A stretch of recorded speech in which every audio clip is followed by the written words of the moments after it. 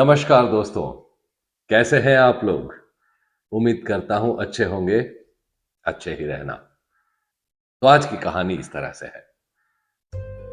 एक यंग लड़का था, करीबन 23-24 साल की उम्र का लड़का। अपनी प्रोफेशनल करियर की उन्होंने शुरुआत कर दी थी, लेकिन किसी वजह से पहली नौकरी जो उनको मिली थी, वो छूट गई और अब वो दूसरी नौकरी ढूंढ रहे थे।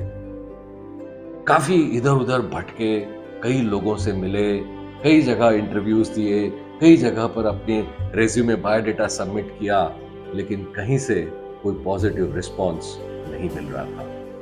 और इन्हीं सब चीजों की वजह से काफी अपने आप को फ्रस्ट्रेटेड फील कर रहे थे वो।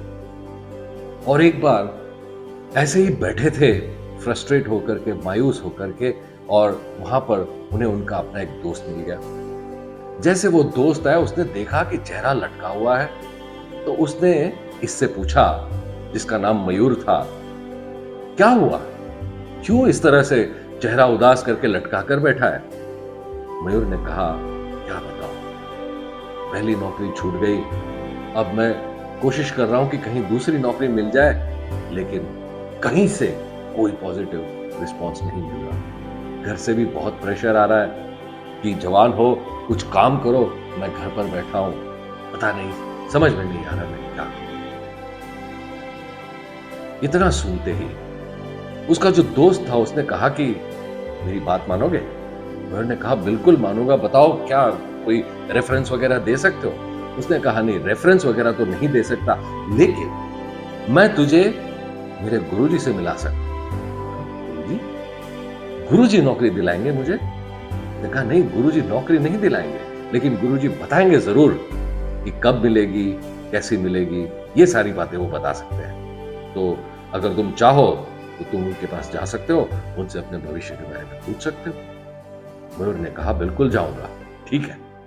और उनसे गुरुजी का पता लिया और दूसरे दिन पहुंच गए गुरुजी के पास। गुरुजी के पास जैसे गए, देखा कि गुरुजी एक बड़ी उम्र के इंसान थे, वो बहुत गंभीर सी मुद्रा में बैठे हुए थे।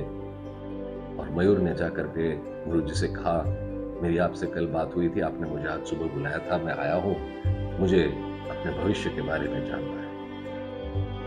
उसी गंभीर मुद्रा में गुरुजी ने कहा, बैठो। और इतना कहकर गुरुजी ने आंखें बंद कर ली और ध्यान में चले गए। कुछ मिनटों तक ध्यान में रहे, फिर अपनी आंखें खोली और मयूर से कहा, मैं तुम्हें बहुत कुछ बता सकता हूं, लेकिन क्या तुम सुनने के लिए तैयार हो? मैंने कहा, जी गुरुजी, मैं सुनने के लिए तैयार। गुरुजी ने कहा, देखो, मेरा तरीका थोड़ा सा अलग है। मयूर ने कहा, कोई बात नहीं गुरुजी।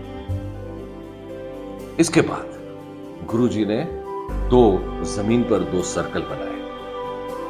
एक सर्कल काले रंग का बनाया और दूसरा सर्कल सफेद रंग का बनाया। और उन दोनों सर्कल के बीच में उन्होंने एक छोटा सा कीड़ा, जिसे हम सेंटीपेड कहते हैं, वो रख दिया। मयूर ने ये देखा कि ये क्या हो रहा है, और मयूर ने गुरुजी से पूछा, गुरुजी, ये सब आप क्या कर रहे हो? गुरुजी ने कहा, बेटा, मैंने तुमसे पहले ही कहा था कि क्या तुम तैयार हो? तुमने कहा था, हाँ बिल्कुल तैयार हूं। तो अब इसी तरह से हमें पता चलेगा कि मयूर, तुम्हारा भविष्य क्या है। ये कीड़ा जो मैंने बीच में रखा है, अगर ये कीड़ा सफेद वाला जो सर्कल है उसमें चला गया, तब तो तुम्हारा भविष्य बिल्कुल ब्राइट है।